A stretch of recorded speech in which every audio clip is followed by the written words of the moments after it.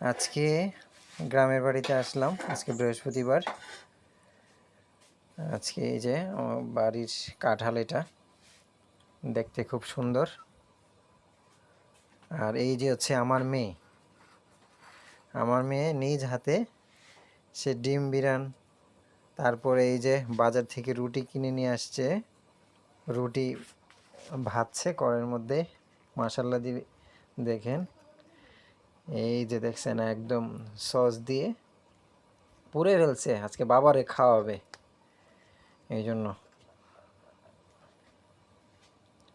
এই যে আমার একটা পছন্দের এই যে কাঁঠালের কোষগুলা, একদম নরম নয় এবং শক্তও না বেশি, খুব মিডিয়ামের মধ্যে, যেটা চাওলা কুশ বলে আমাদের এলাকায়। খেতে খুব স্বাদু, আমার কাছে খুবই ভালো লাগে। আমি এটা খাই বাবা।